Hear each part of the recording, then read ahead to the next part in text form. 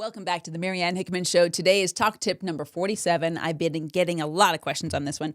How do I avoid the tendency to use and other filler words in your presentation? Check it out.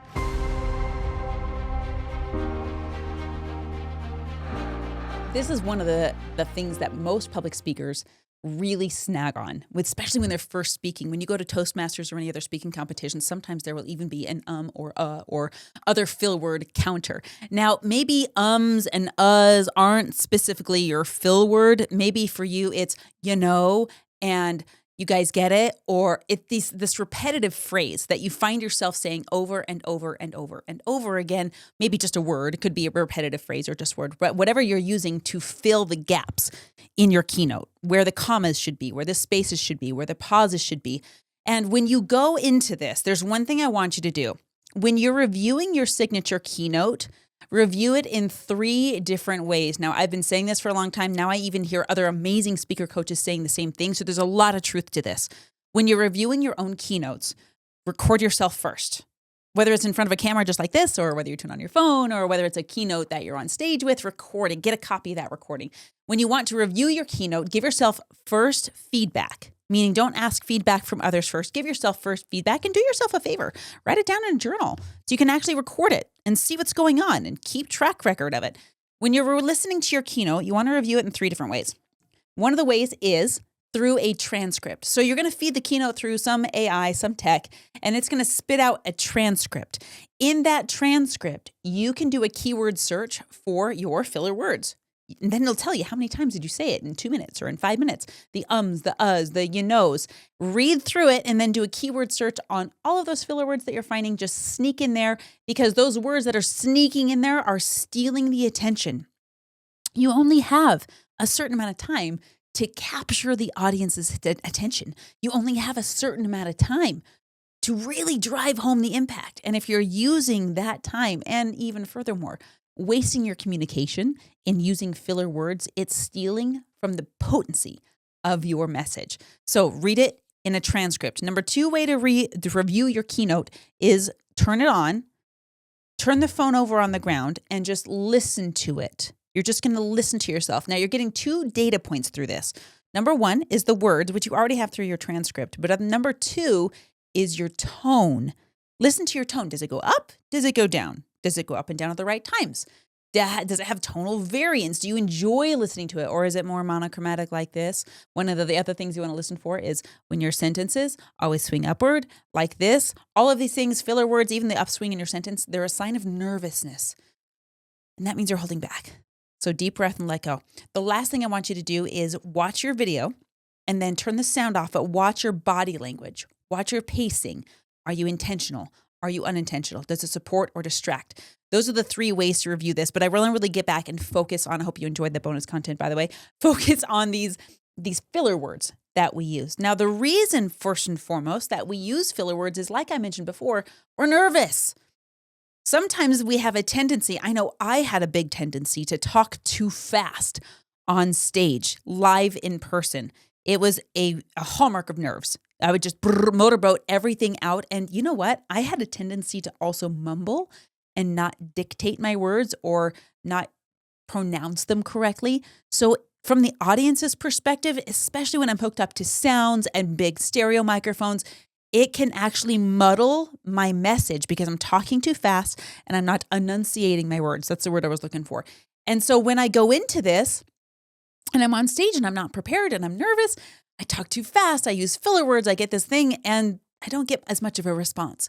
It's so crazy that your message might be crafted so powerfully, but if you're not delivering it in a way where the audience can absorb it, it goes right over their heads. And the whole reason that you started speaking to begin with is completely missed. So these nerves, they come up and they block us. And if you want to learn more about how to get rid of nerves on stage, watch my other talk tip on how to get rid of stage fright. This is just one way that stage fright manifests, is through these filler words. If you want to address stage fright, go listen to my other video. It's a really powerful piece of content for you. So let's really get focused and hone in on these filler words. So once you find out what your filler words are, maybe you know that it's or the excessive knows at the end of sentences. Let's get tactical for a minute. Let's take a look at how to get rid of these now that we know why they're coming in because we're nervous and it's just showing up on stage. Let's get tactical in our approach on how to eliminate them completely. I once had a student who was happy. I remember tracking, we were sitting in a keynote presentation class. It was a class we met every Wednesday for 3 hours, and we would just practice these keynotes over and over and over again. And one of the things I would do in their feedback form was track their filler words. I called it the counter, even if the filler word was something different. And I would make a little tally mark on my paper for the people I was trying to break of this habit. So I remember working with someone in particular. I can't remember who it was, but we got their keynote, and it was really great. There was a lot of really good things. I would say they were about 80% there. Part of that last 20% was getting rid of this counter. And as I counted up, we did a 20-minute keynote.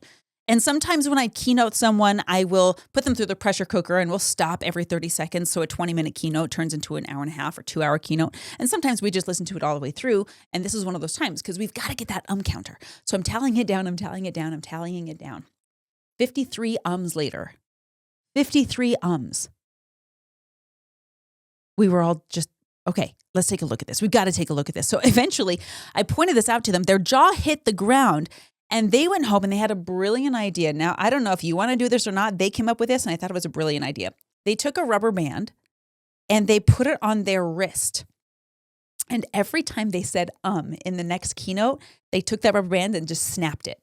Just as a reminder to keep that away from them. It was a crazy habit breaker. I've seen people like tie little strings around their fingers to remind them to do something, but this rubber band was like next level. It's like flagellation for this abusing of this filler word. So you can do something like that if you want. You can create a device that you trigger to help you break you of this habit. But let me just give you this tip, this main tip of the whole talk tips for the day and how to get rid of your filler words.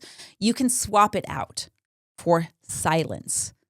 This is so powerful. It's the main trick I've used to break myself of filler language. I leverage silence often and frequently. And you'll find yourself using it a lot in the beginning because you're trying to eliminate these words, these filler words that steal from your confidence, that steal from the potency of your keynote. You know what's crazy is that as much as the ums and the ahs steal from the potency of your keynote, the silence will do the opposite. It will actually enhance your keynote. It will give your audience time to think because the thing that will convince your audience of whatever idea you're trying to convey to them is not your words. It's not actually your keynote. It's the inner voice that transforms the mind, not the outer voice. It's not you. You can give them all of the ingredients, but if you don't allow time for those ingredients to go through their own brains and be cooked in the oven of their own thoughts, and let their inner voice do the talking, then they won't be convinced of anything. They won't be inspired by anything. They won't absorb anything because the outer voice is doing too much talking and I can't even have time to think. If you're a mom like me and you have 6 kids and now 11 puppies and chickens and all this stuff, man, yesterday I had no time to think for myself. I spent the whole day dishing out my energy and all I needed was just 10 minutes to think. Guess what? Your audience needs the same thing. They need time to internalize and invest these thoughts into their own subconscious mind through the conscious mind in order to buy the idea. I'm going to give you a couple of exercises that you can use in addition to the one I talked about reviewing your keynote to replace this habit. Habits need to be replaced, not just voided. We've got to fill it in with something, just like we're going to fill in this space with silence instead of our filler word. So number 1 is do what I said before.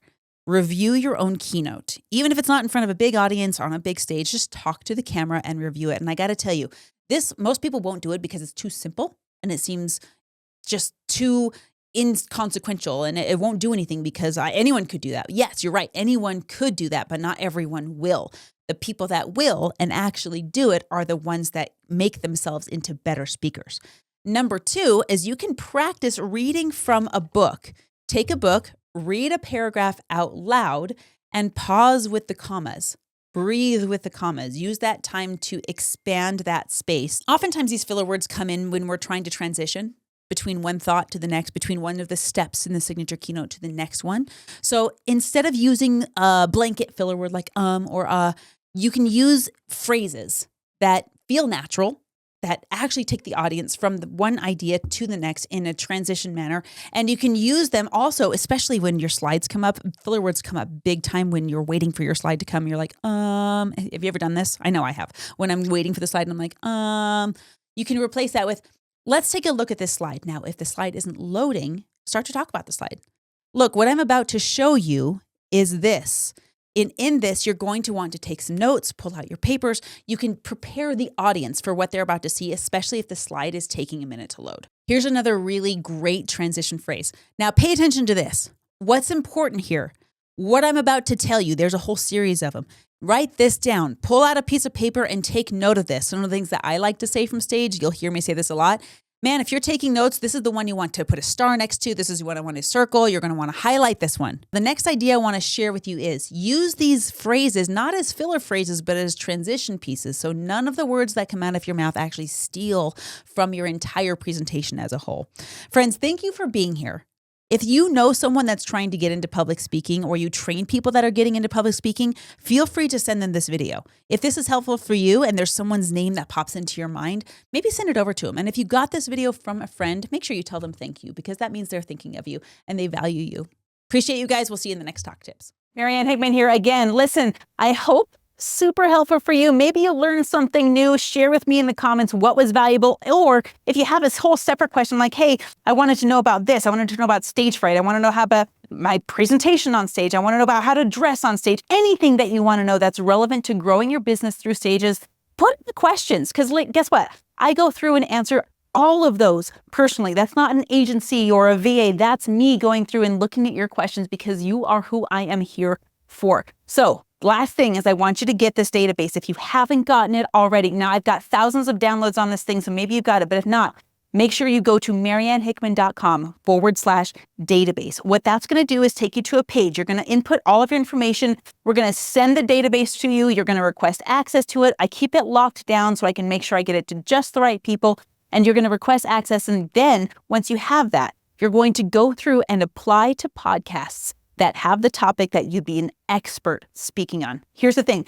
I get this database updated twice a week. So there's always new stuff in there. And if you're a podcaster, there's even a list of 400 plus guests that you can have on your show, on that podcast. Maybe you end up doing a podcast swap and you grow your audience that way. Regardless, I want you to get it. So mariannehickman.com/database, and we'll see you in the next Talk Tips.